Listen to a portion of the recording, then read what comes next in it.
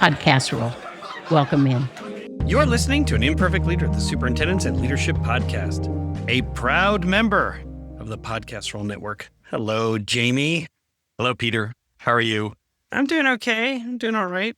A lot going on right now. I'm sure for you as well.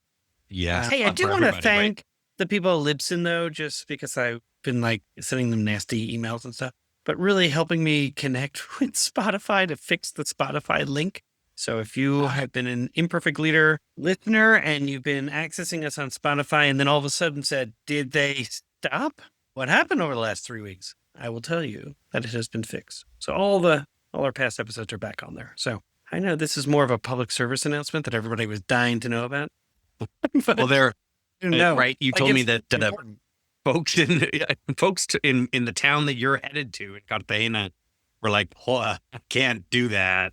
Well, and the international folks I've been talking to around the world. I mean, our biggest listeners outside the U.S. right now are Singapore, Colombia, Spain, Australia, and I'm seeing that they're accessing on Spotify. So I was I don't want to lose our listeners. You got to help me fix this. I'm grateful. I'm grateful that it's fixed because I am going to plug myself and say, hey, anybody in any of those countries, if you want some support from me, I am happy to come to you. APC is willing to travel. 100%. That's right. 100%. Have tools for success. Will travel. Totally. You just start listening to those countries. I'm like, yes, please. Sure. Sounds great. I love it. That's so funny. Well, I'm thinking about our guest today, Melissa Sadorf. Dr. Sadorf represents the Rural Education Association, right? The National Association of Rural Educators. And one of the things in particular that she is going to talk about in our conversation that you're about to listen to is really how important it is to be mindful of your rural school districts, for which there are so many that represent such a large part of our nation in terms of the U.S. And how often they're overlooked for suburban and urban/metropolitan districts. And so, the listeners who are listening to us, who are sometimes pretty isolated in their own right, they listen to us as a way to get community, to gain perspective, to think about problem solving. And that's exactly what Melissa does for her members throughout the entire country. I mean, I've been lucky enough to work in a lot of rural schools and connected to a lot of rural leaders. Like she said, the majority of schools in the nation, in the districts in the nation, are rural. And there's some unique problems. In fact, I'm looking forward to. I feel like we can go right into it. I will say that I just got back. From a rural K-8 and was helping with this personal experience. You know this as a personal experience, but because you're Oakland and Columbia, Missouri. And, so your districts have been relatively large. This little K-8 has a serious master schedule problem. It's a challenge. It's a major issue because it's just they don't have the kids. The kid numbers are not consistent. The teacher numbers are small and the same. And creating a schedule that sort of reflects a both elementary and secondary model that is literally not designed for this type of school. Those two models, and that's what Melissa talks about, is that the way in which schools tend to be designed don't always work for the rural schools. It was such a great example. I just did it.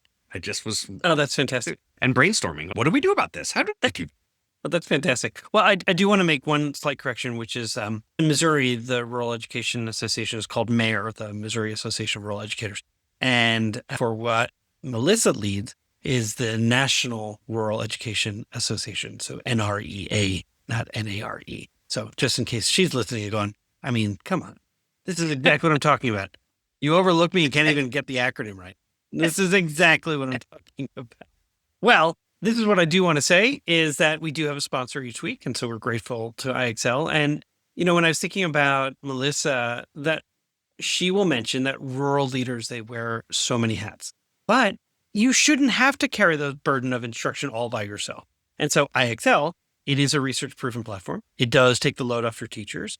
And the reason why it does that is because it's automated, it's personalized learning, and you can pair it with your district's unique story. That's what makes IXL pretty meaningful. And so you want to build progress, you want to move the needle, visit IXL.com/imperfect today. You are listening to an Imperfect Leader, the Superintendent and Leadership Podcast. I am Peter Stievelman. And I'm Jay Malmanson, and we'll see you on the other side. Yes, we will. Today on An Imperfect Leader, my guest is Dr. Melissa Sadorf, the Executive Director of the National Rural Education Association and a longtime advocate for rural schools.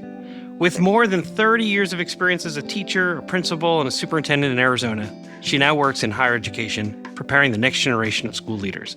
Melissa is also the author of The Resilient Rural Leader and the host of the Rural Scoop podcast, where she elevates rural voices.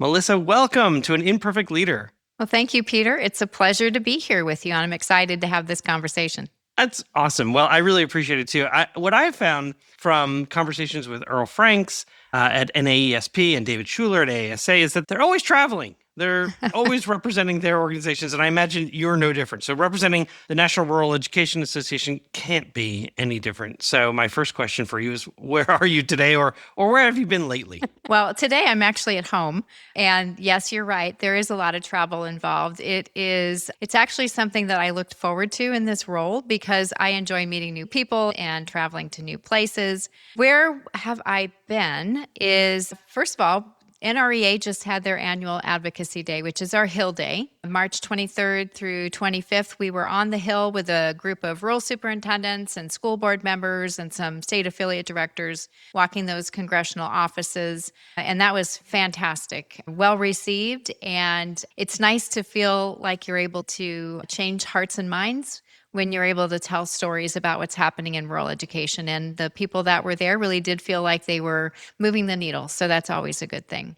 The week before that, I was actually at the Nebraska Rural Schools Affiliate, their Coalition of Rural Schools Association, and spent some time with them there, did a breakout session on the Why Rural Matters report, which I know we're going to get to in a little bit here, and got a chance to see Nebraska and have a runza. I'd never been to Nebraska before, so That's right. To Everyone see it. talks about, yeah, cool.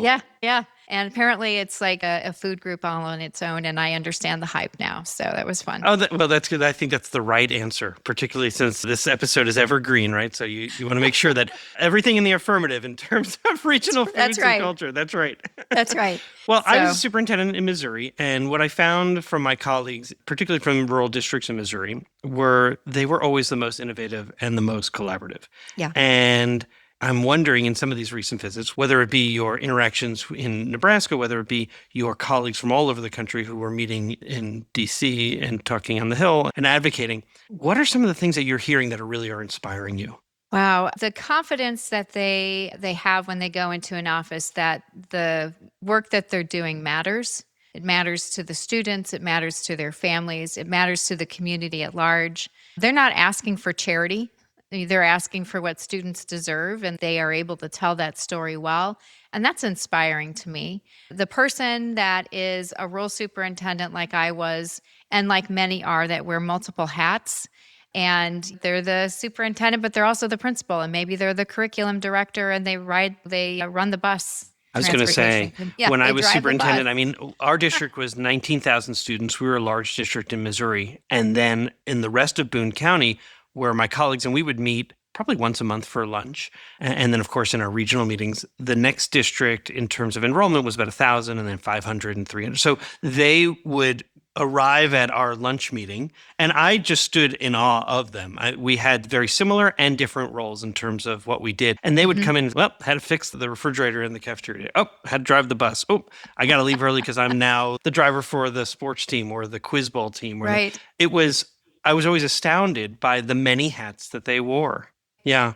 And then what I was always inspired by as well was their ability to really focus on, we always say about superintendency and leadership in general is really focus on a few things and do them well. And they were, I would say, ruthless in the best sense in terms of, because in a lot of ways they had to be, they couldn't offer everything in terms of, they would focus on a few things and then do it exceedingly well. Yeah. And so that was always for me an inspiration.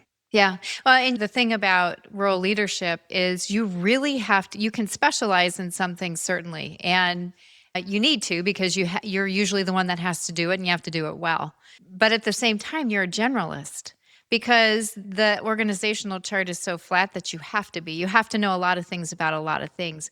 And actually, I think it gives you a much better perception of leadership overall in a school district or in a school building because you have to be the one that knows it, does it, monitors it, evaluates it, whatever Yes. those things Right. are. Setting the And, tax you have to- rate, adopting new curriculum, being the HR specialist. Each of those pieces I had to have, to some extent, some knowledge, but I had a team that ran that, and they were doing it all, which I think put them in a better position if they ever wanted to do something different, for which they Yes. didn't. They didn't say, like, I'm not aspiring to be a rural, an urban, metropolitan, or suburban. This is who I am at the core. I want to be a rural superintendent. I think sometimes we confuse ourselves, or not you, I don't think, but those in leadership that think that there's a hierarchy, that you're aspiring for a larger district or something else. point. And I was always just, I stood in awe of them. Yeah. I wonder, can we talk about your book? Because you're the author of The Resilient Rural Leader. And Yes. I have to imagine that you were very intentional about the word resilient.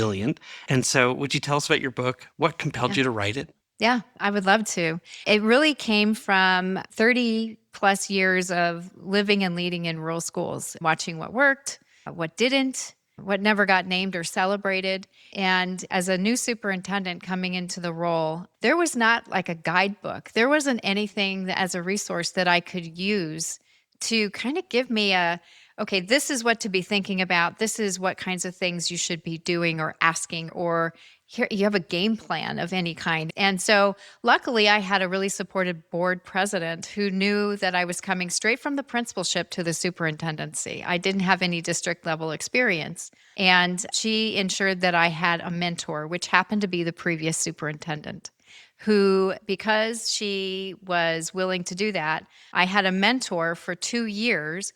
I was the business manager, I was the federal and state grants program director, I was the HR director, all of those things. And I had somebody that could show me how to do all of those things. Most superintendents don't, especially in a rural community. And so what I did with this book is I wanted to ensure that people that were coming new into the role that may or may not have had the experiences or the background to lead in these different departments that they were responsible for could tap into some basic information that Gotcha. then So someone who walks in and says, they're talking to me about supplant versus supplement. I don't even know what they're talking about. Yeah, they're talking exactly about, right. Okay. The book title that was my working title was You Have the Keys, Now What? And I changed that because the more I got into the writing of it, rural leaders really do have to be resilient. And for somebody that's actually done the work, they understand what that means. Nobody is going to save you. And not necessarily that they want to be saved, but you have to do with what you have. You have to look at the assets in the community that you find yourself in and put something together that meets the needs of students and staff. Why do you think that you said something like it's a lonely job, and part of me was, no one's going to come save you is what you said. And so then it made me think, why is that? Is that because in some cases you are geographically isolated from your partner district, from the person next door? Or is it because, like so many in leadership, you're the only one who does that job? And so you're trying to figure it out by yourself if you don't have a mentor or an association to reach out to and call. What is it that makes you feel like there's no one that's going to come save you? What did you mean by that? Yes and yes. Yes, there is geographic isolation, especially for our remote or frontier districts. And that means that the people that you have are the people you have to solve the problem. And the answer is usually there. You have the school community, you have the community at large, you might have business partners or other organizations that can come alongside and support. But at the end of the day, you're the one that has to make sure that things are running and running well. There is a loneliness factor in any superintendency, but it's exacerbated in a rural position where there aren't people that are right across the street in the district next door to you that you might be able to tap into or form a coalition with or do some thought partnering with. You have to be really intentional about how you structure your network of support. And it's not always a local network of support. Yeah, that's an interesting point because in the district where I was, many generations of Boone County residents in Columbia, Missouri. And so you had to be mindful of the connections that people had to each other as you may be seeking a thought partner just to kind of explore an idea, not to say that this was something I wanted to do. And then all of a sudden you'd find that potentially that was shared with somebody else who then shared it at church. And then all of a sudden on Monday morning, you have a lot of questions about something that was just an exploratory idea. And I imagine, to use your word, exacerbated, that can be in a smaller community where your board member might also be related to a teacher in the district. Yeah, multiplex relationships are Ooh, what those I like are that. called. Yeah, where there's just so many layers of relationships that you're navigating. And not just as a superintendent, but potentially as a member of the community yourself. And so you have these strands of people that connect in really strange and interesting ways. And you do have to know. I mean, one of the things Yes. that Oh my gosh. One of my colleagues told me about he was just buying a bottle of wine because they were having a meal. And somebody sort of called a board member and said, well, I'm not sure he should be. That's Right. appropriate. Or And they went dancing. Yeah, same thing. Should they be drinking and dancing? I don't know. But yes, that's exactly it. That's exactly it. You are always on stage. And you are anyway as a leader. You're always held up as a model. People look to you for how are you navigating this situation or how are you behaving in this context. But at the end of the day, in a rural community, you are really always on. And that's one of the things that when people come into a rural place and they take a position and they're not from a rural background, they don't have a full understanding of what rurality is.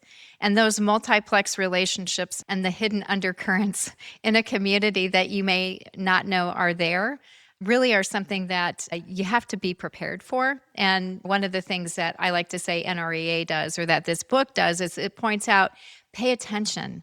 Know who the people are that are the movers and shakers in the community. Know who the mavens of information are so that you have just at least some basic background of who you should talk to when you have a question about should I not, or should I, maybe, is this a good idea for this school community? So someone referred it to me as either the tribal or the community elders of your community. Who are those people to sort of seek out and learn to get a beat on your system, as well as historically, or as a rural superintendent in Texas recently told me on our podcast from Very Best, Texas. That's the name of the town, Very Best. She says, we are the very best. And she said, a reminder of, don't move the fences until you know why they were put in. Or absolutely. don't move the posts until you know why they were put in. I went, absolutely. That's really smart. Well, if you're just joining us, my guest today is Dr. Melissa Sadorf, Executive Director of the National Rural Education Association and a longtime champion for rural schools.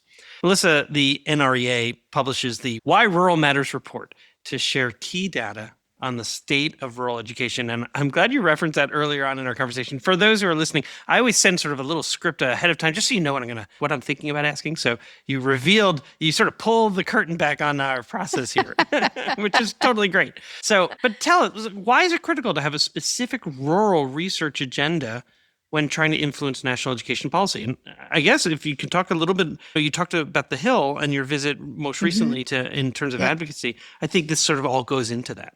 Absolutely. So I'll start with saying that most national education or most national research is designed around urban and suburban school contexts. And the assumptions that are baked into methodologies or sample sizes or outcome measures really don't always translate to rural communities. So without a specific rural designed research agenda, rural schools are always being compared to a standard that they were never designed to meet, and therefore will always come up short. In 2022, NREA put out its most recent national research agenda. It is a 5-year action plan that centers this particular one that starts in 22, and it's actually going to be ending in 2027. We're in the process of starting focus groups for our next iteration of our agenda. But this particular one really centers spatial and educational equity. And that's the idea where you live shapes your educational opportunity in ways that are really fundamentally different from class or race alone, even though those often intersect. The Why Rural Matters report is based on that. And what that does is it's a look at data from all 50 states, because all 50 states do have rural schools in them.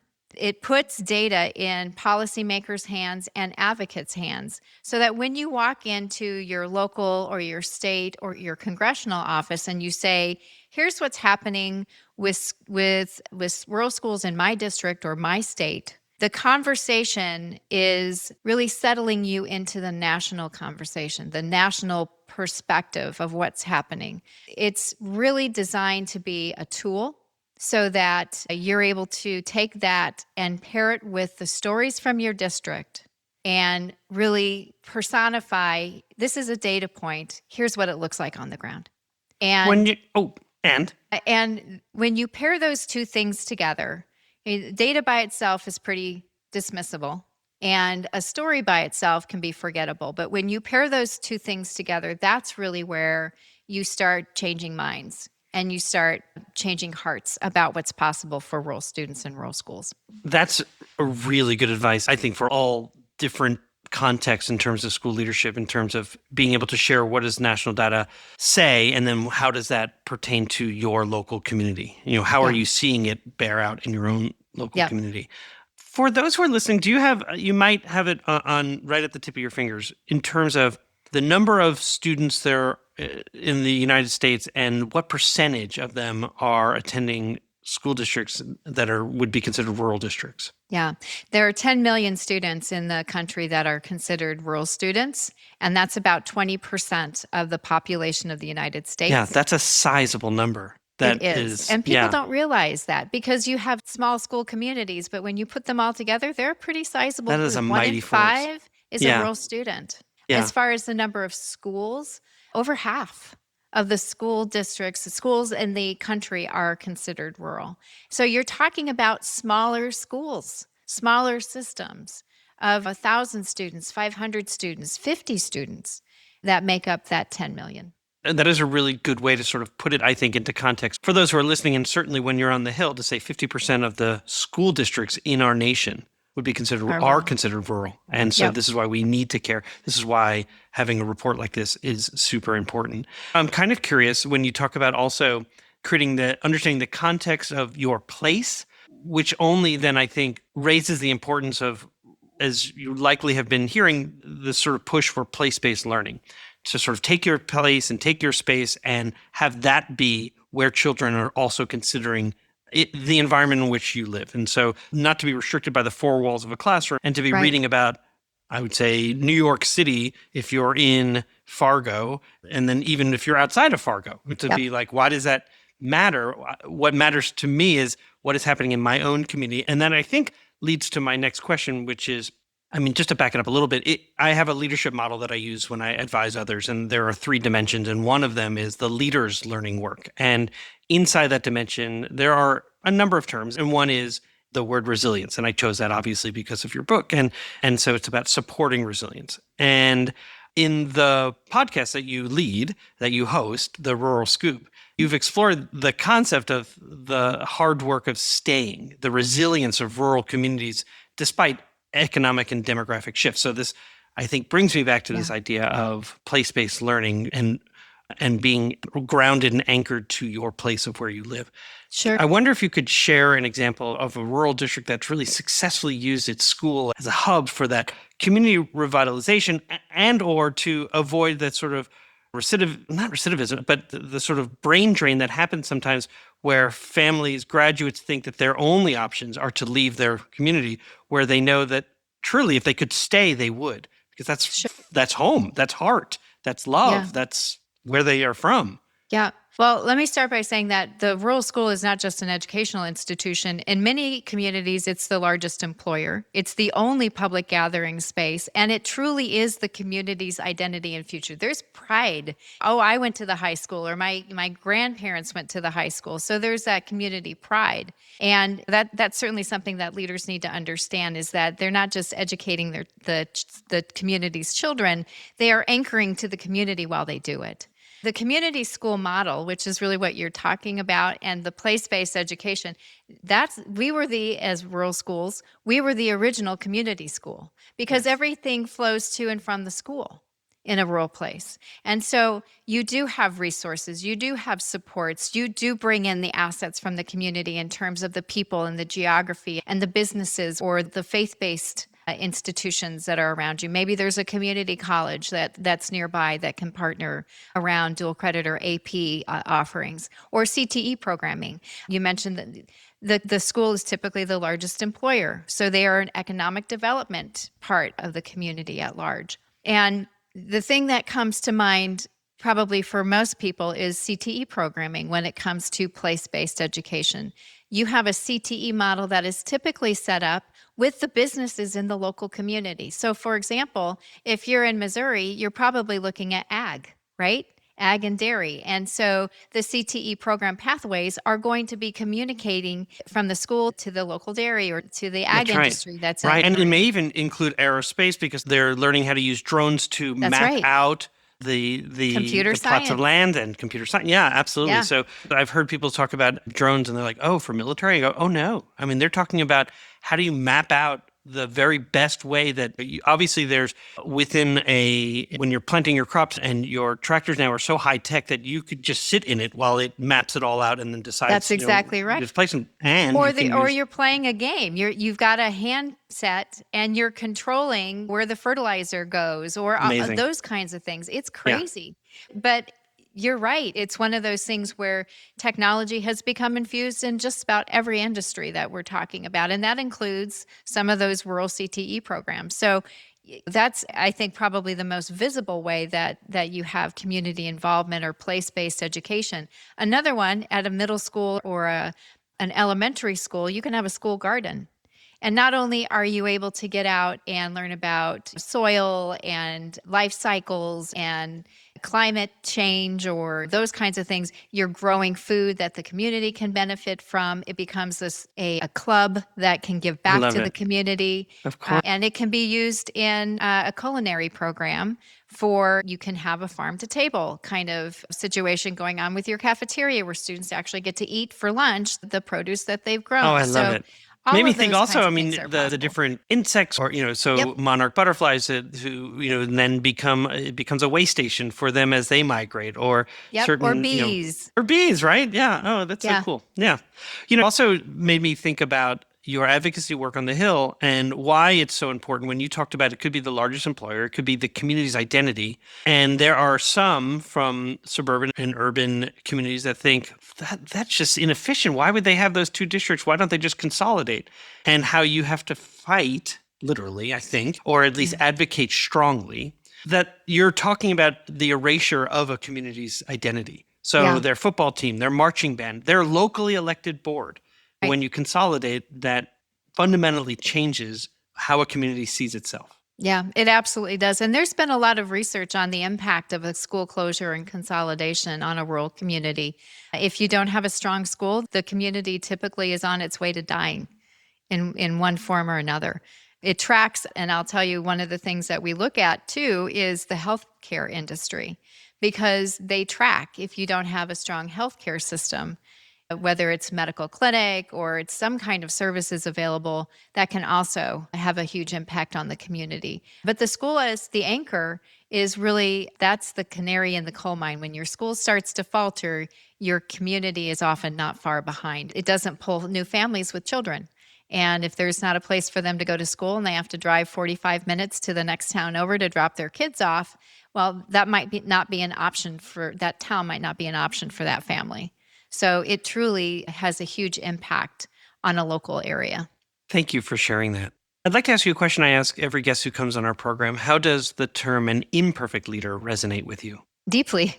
I think that the myth of the perfect leader has done tremendous damage to people that are aspiring to be leaders, especially in a rural school. Because as a rural leader, you're always on, like I said, there is absolutely no margin for pretense. The community knows that leader as a whole person, typically, not just as the leader, not just as a title. You can't be polished all the time, and you shouldn't be, because you're going to the grocery store, you're sitting in the pew on Sunday with them, you're going to the Little League baseball game on Wednesday night. And so I think those moments of transparency about uncertainty or mistakes or growth that you're experiencing as a leader, I think those are the moments that really develop the deepest sense of trust with your staff or with your board or with the community. Because truly, imperfection, in my opinion, is the currency of credibility. It's really not a liability. Especially in a rural education setting, it means that you show up anyway. even when the budget is impossible, or that the staffing positions that you're trying to fill just don't have any applicants, or when the state capitol has forgotten that you exist. You still show up as a human being. You're not a performer. You're a leader. And so, I think that is really, that model is just a beautiful way to encapsulate that. It's a culture of deep learning, which is what you talk about, is only possible when you have a leader that's willing to be a lead learner. And that means not having all the answers all the time and not getting it right the first time out the gate. So I want to talk a minute about the Mosaic Project. It is one of our favorite organizations and has over 25 years of experience empowering students to really celebrate differences, communicate assertively, and resolve conflict peacefully at their outdoor school. I happen to have experience being part of the Mosaic Project, and so I can absolutely tell you it's an amazing organization. Their innovative SEL curriculum is now available to our Imperfect Leader audience. And so you can get a 10% discount through their new documentary film-based Mosaic Classroom Project. So just let the people know during your onboarding process to receive that 10% discount is to just mention an Imperfect Leader. Learn more about the Mosaic Project at mosaicproject.org. When leaders think in systems, they think differently. They see the big picture, making decisions that create coherence and strengthen communication across their teams. They build adaptability, flexibility, and engagement. Every day, school leaders face complex challenges, from student engagement to staff alignment. What if your team could see those challenges as part of a bigger picture? That's what happens when you think in systems. It's how leaders turn complexity into connection and challenges into opportunities for growth. At the Waters Center for Systems Thinking, we help educators and organizations build this capacity, developing the habits and tools that turn vision into action.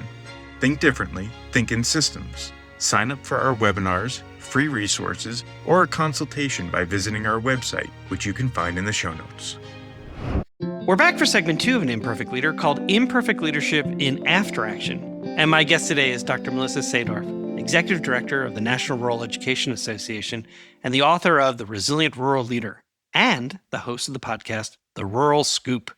Okay, so in this segment, just every week, we ask our guests to deconstruct a decision they made, and then we just kind of discuss it. So, Melissa, what happened? So my after action review, I love that, by the way, is really about leading through declining enrollment. And I'm coming at this from two different perspectives because it's impacted me in two different districts. So the first, as a principal, I was tapped to lead a school closure. And as a superintendent, I navigated declining enrollment for the entire 12 years that I was a superintendent with the district, including a RIF in my first year, after my first year, and 7 failed override elections to try to mitigate the losses that we were having from our budget impact with that declining enrollment figure. So that's really, that's where I'm coming from. That is heart-wrenching. Oh my gosh. I'm thinking you're early in your superintendency. You are having to either previously as a principal, having to oversee declining enrollment, and then certainly as a superintendent, the closing of a school is the most heart-wrenching decision one can make. The going to the community and asking for an override and not taking it personally when they say no, because they're going, we recognize that you have this situation and we're hurting too. We're struggling too. That's right. And wow. Okay. This, I think, is one of the more pertinent conversations right now, because overall, throughout the nation, we are hearing about declining enrollment and the just absolute difficult and heart-wrenching decision to have to close a school. Yeah. Okay. What got overlooked as you look back on these decisions or these experiences? Let me talk about the school closure first. Please. I underestimated, and I'll just be honest with you, I underestimated how personal it was going to feel to the community. And I was thinking logistics, communication plans, transition timelines, making sure that people's classroom stuff got to the next room that they were going to be in when they went to a different school building. The community was grieving, and I knew that was going to be the case, but I didn't realize the depth. That school closure was obviously not just an administrative decision. It was the loss of a place where people could gather, where there was activities happening, where parents watched their kids walk across the stage at promotion. Yeah, I can imagine also when a beloved teacher or community member has passed, they may have even had a Yes. funeral there. They may have had a Yep. memorial there. And so you're closing that. Yep. Not you. Well, I mean, I was the You were face, the face of of it. it. Yeah. Yeah, exactly. So that I think was one of the things that I didn't get right. I might have, in looking back on it, moved too quickly through action that I needed to get done because I had 6 months to figure out how to close the school and where everybody was going to go and how to ensure that people got to places that they really wanted to be. Well, that's such a And difficult position to inherit. Oh my. It was. But I should have spent more time just simply acknowledging what was being lost before we really started doing the nitty-gritty about what comes next. So I wish I Okay. could have done that over again. Yeah. So, okay, so the excelling in the technical side of everything, the logistics side of things, and on the human-centered side was an area that you wished you Yeah. had been able to pay more Just attention spend to, a or little at least bit more understand. time on. Yeah. Yeah. So how is that similar from or different from the experience as a superintendent? So, well, there were two things that were involved with the loss of student count. The first was the rift. And that was hard. Yeah. There was no structure in place. It had not been done before. So this was a new thing for the district. Oh my. So, So I I've had heard to about this, create but a not here. structure. Yeah. Oh wow. Yeah.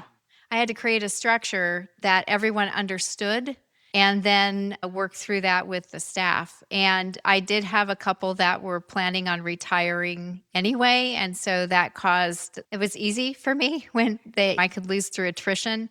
But there were a couple of people that in the process of looking through the rubric and doing some evaluations and talking with the staff, each individual member, that I ended up having to say, we're not offering you a contract.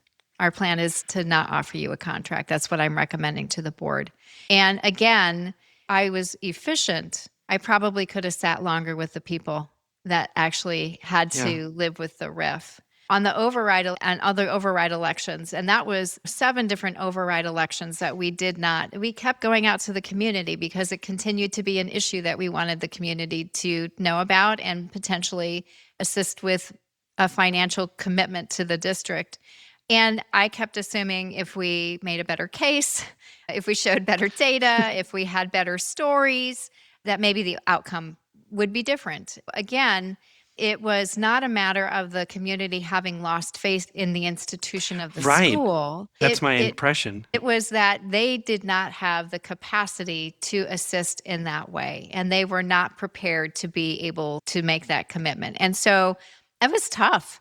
And for myself, it was a toll on me and it was a toll on the staff who felt like the community was not necessarily backing them, even though that's not what it was about.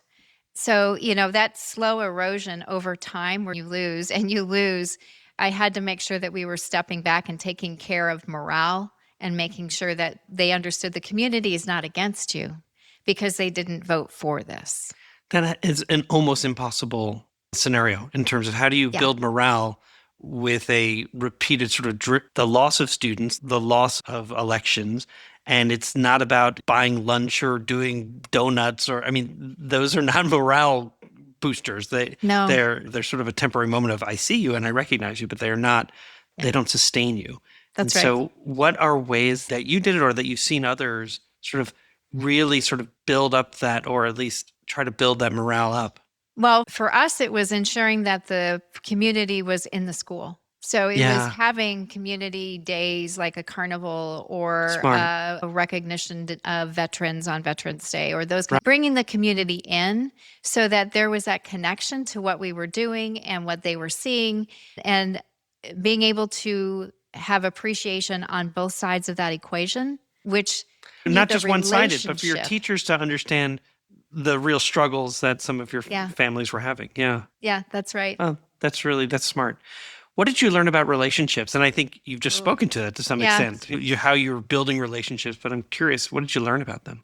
Well, obviously that relationships are fundamental. They're the things that matter most anyway, but especially when you have declining enrollment in terms of either as a principal or as a superintendent, You have to ensure that relationship is in place with the people that are most directly affected, whether it's the teachers that are getting laid off, or the families whose schools are being closed, or the kids that don't have a particular program because we don't have the Right. budget for it. The families who showed up when we had our school closure celebration, because we did celebrate the school as it was being closed. Oh, that's a really novel idea. I hadn't thought about that. We celebrated it because it was a community anchor. And the families were able to walk the halls one last time. That had to have been emotional. Oof. Conversations, oh my gosh, they changed how I view school closure forever. And those conversations are things that I know will have an impact on me for the rest of my career, because it was hearing in real time how impactful the school was. Not just the teachers, not just the events, not just the curriculum, not just the Here's where I skinned my certificate. knee. Here's where I had, my first my first friend who had just moved to town. This is Yep. where, wow. That's exactly right. I think the other thing that I learned about relationships is you learn very quickly who your real allies are as it relates to whether it's your board members or it's your community leaders, especially when we were trying repeatedly for an override. And it wasn't necessarily because they thought we would win, although there was always that hope, but it was because they believed that the school was worth fighting for. And so that showed me something as well, is that when you are really in community with your community, when you are reaching out and supporting in whatever way you can, even when the override doesn't pass, they want the school to succeed. It's important for them that the school succeeds. Yeah, that had to have been an And- agonizing vote when one voted no. You want to make it as agonizing as possible, I guess, in that sense, too. Well, and honestly, I formed unexpected relationships with people who voted against us. I mean, conversations that started as conflict and ended up as understanding were important. I mean, they may not have agreed about having a secondary tax, a property tax, but they did have an understanding, a genuine understanding of what we were trying to protect and what we were trying to do. And we had an understanding of what they were afraid of, because they were an older couple on a fixed income and they just could not afford that. So there was really, I think, some relationship building that happened there too. Boy, you're really modeling it, particularly at this moment in time in our nation's history, the real importance of, even if we see things in radically different ways, the value of coming together in community. Yeah.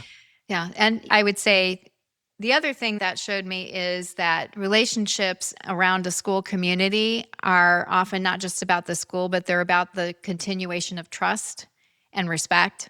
And so we want to make sure that we're protecting that so that it doesn't erode over time. I mean, we could have very quickly lost trust and respect with our community going back 7 times. Yes, exactly. You're here again? Yeah, exactly. Hey, we're back. Yeah, we're going to try it again. We're going to try again. What could you have done differently? I'm sure you've thought about this over the years. Yeah. On the school closure side of things, I wish I could have, and I was constrained by the timing of the superintendent's decision to release 6 that months is- information to the public. I mean, we found out in December the school was going to be closed by June.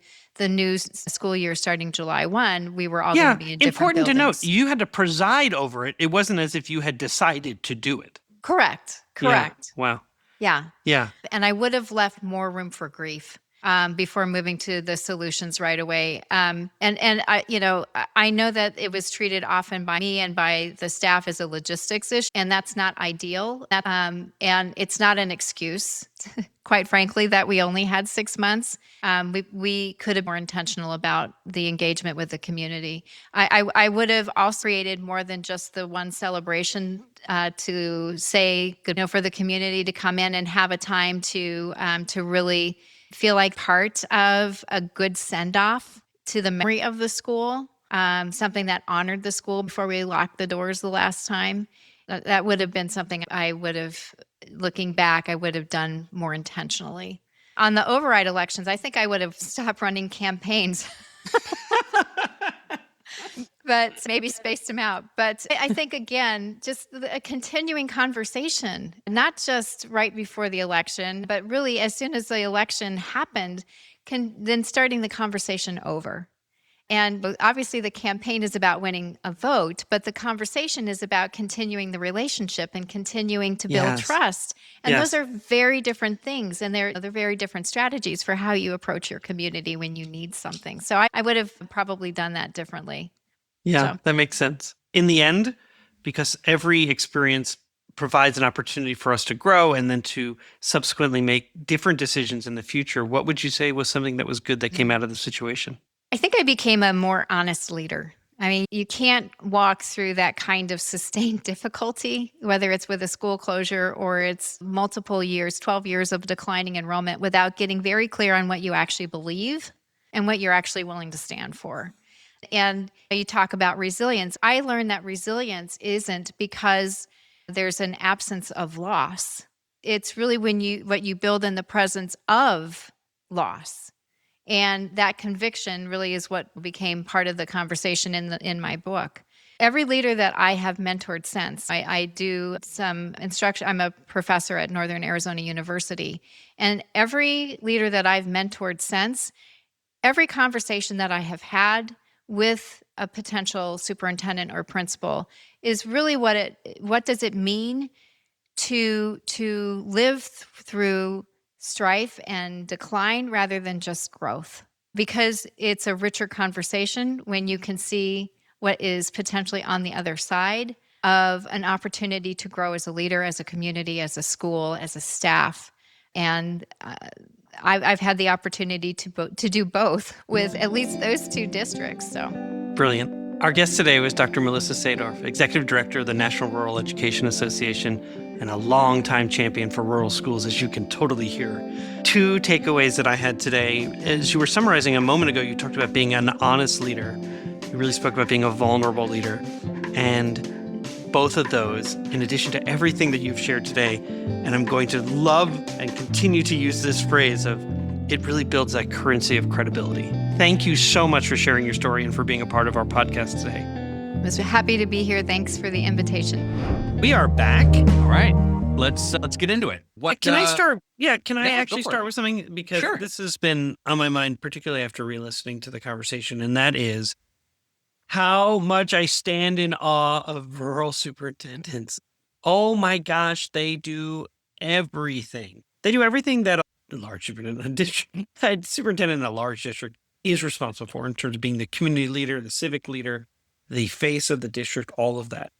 And at the same time, there were so many things I was not expected to do. And they're probably grateful that I wasn't expected to do that, because when as I mentioned in the conversation, I would get together with the Boone County superintendents pretty regularly.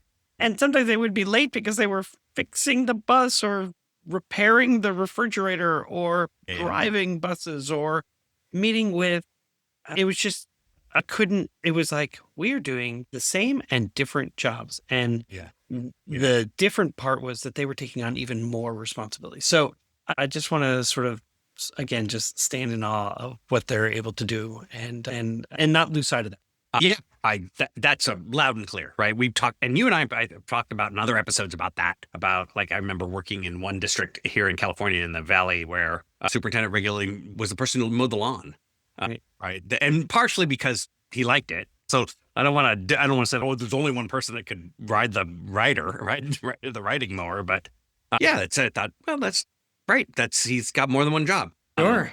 Right. And- HR. I tell, we need to hire a third grade teacher, and HR would work on it. They would post it. They would screen the applicants. They would bring people forward. The principals would.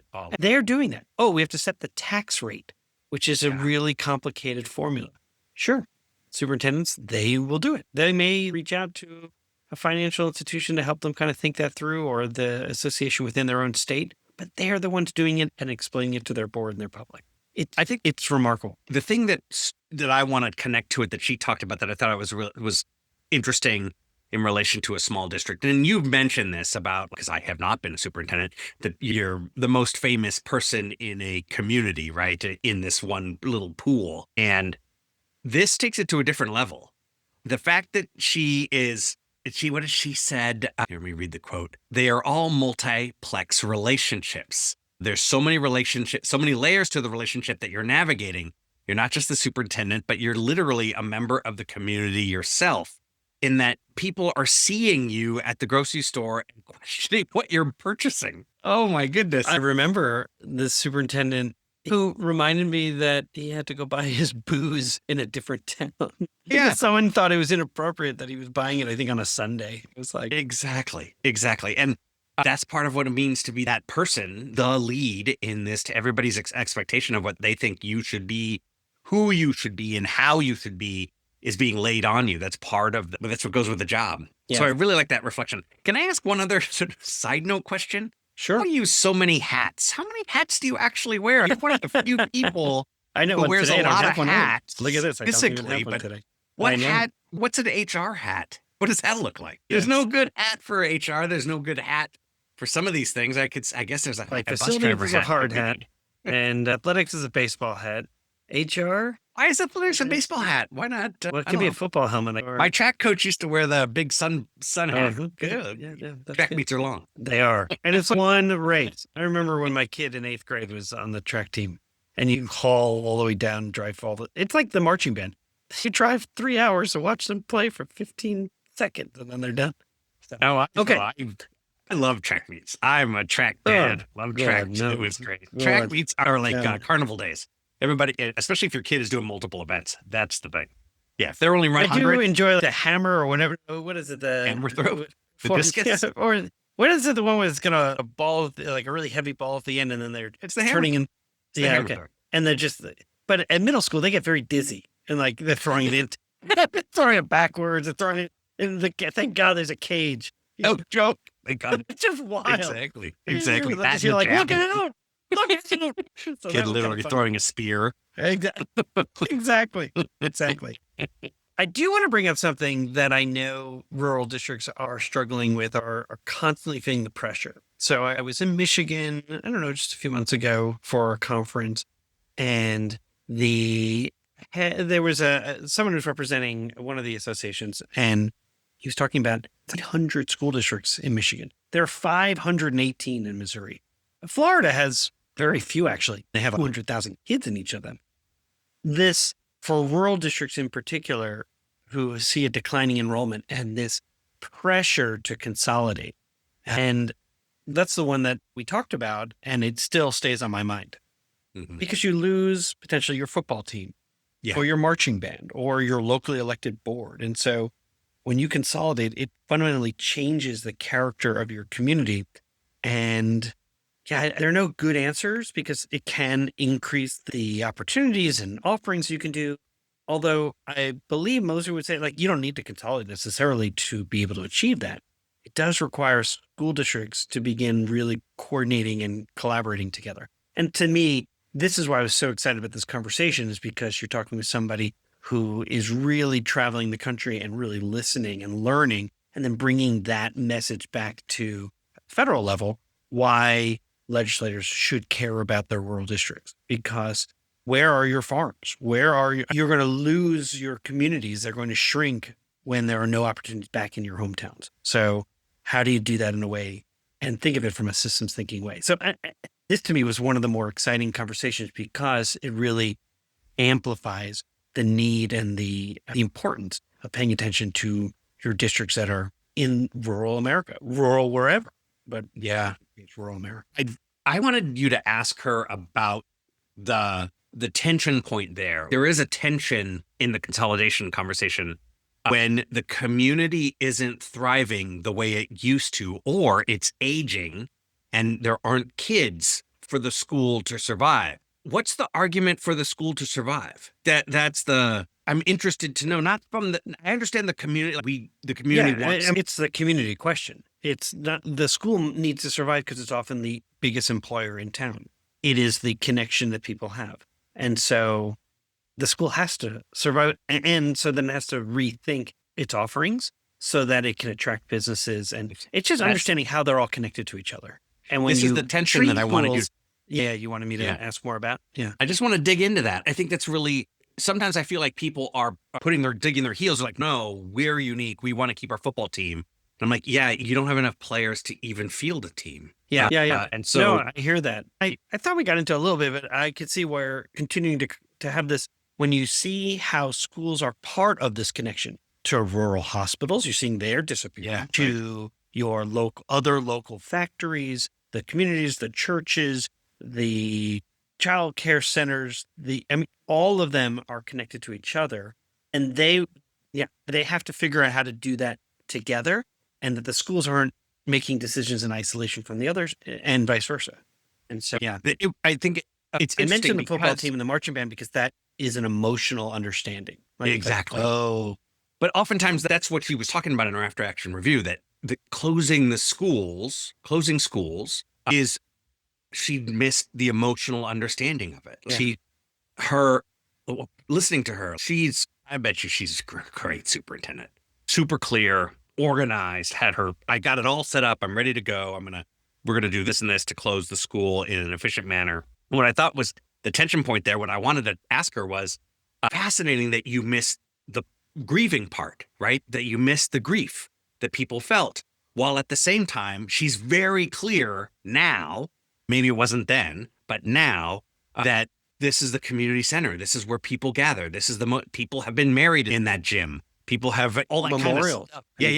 Yeah. So if that's true, if you know that, then I'm surprised that the grief surprised you. That's the thing that I'm interested in knowing. And to me, that's the dilemma sometimes, I think, as leaders, is our brains get hardwired to solve the problem. Yes, without exactly. I think you just answered the question. I think she herself was surprised because she's likely had an entire career where she's attended to the emotional side of decision making, the emotional side of teaching and learning. The emotions are super important within a school structure. Yeah. And at the same time, you've been given a task to do. And so task completion, the steps, the checklist, all those pieces, the pausing was a real good learning experience, although as painful as it probably was for her. And a good resource for everyone else who right now, I'm reading the national papers right now, and they're all having the same sort of like revelation.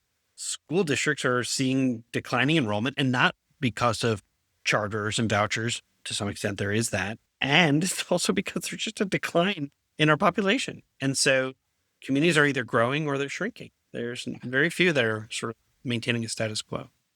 In doing this, I just was in a rural school, rural K-8, and it was clearly once its own system and has consolidated with a system that is literally 20-minute drive away, right? So the high school, when they go to high school after this K-8, it's a longer drive to school. And that she was trying to figure out the master schedule. And what is clear is she was solving the problem without having having it. But she was having a hard time holding her central idea about what's good for kids while navigating everybody's interest, like all of the teachers' interests about, well, I think it'd be better if I didn't teach math at that period, but rather this person. And she's like, oh, that makes sense. But that person said this, and this person wants that. And and we're losing the teacher who taught science and band. So now we have a teacher who teaches language arts and band. And I recognize you got a music teacher who teaches at the elementary, and it would really be better if they taught kindergarten the last block, because man, those kids are just dragging at the end of the day. So let's just give them music at that time. Well, we also need them at the high school. Oh, well, can they still do music? Exactly. So she was sort of trying to figure out and she had figured it out. She had figured out the actual plan, but it became clear. I'm like, oh, we've leaned too far into what works for these adults who are really smart and thoughtful and everything, but and caring and want to do what's best for kids. And we lost what's best for kids. And they're struggling academically. And I'm like, oh, this whole structure doesn't even work as an elementary, secondary structure. The problem is you're trying to run a regular secondary school it doesn't work. And so I know you're helping them. And I bet you their state association of rural educators would probably be a good source for them as well. So put them in touch with Melissa. Yeah. So, listen, I will. I do think this is a great episode, one that will resonate for so many, even in larger districts, as they are trying to figure out the same kind of issues, because it truly doesn't matter if you're rural, suburban, or urban. Many of the situations are very similar.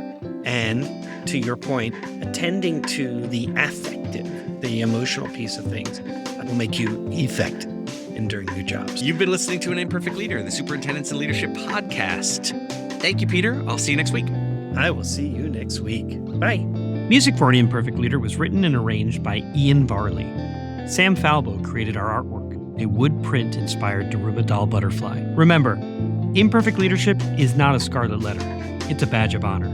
It recognizes that serving as a lead learner is about being a vulnerable leader, an empathetic leader, a compassionate leader. We are proud to be imperfect leaders, so join us next time for another episode of An Imperfect Leader, the Superintendent and Leadership Podcast.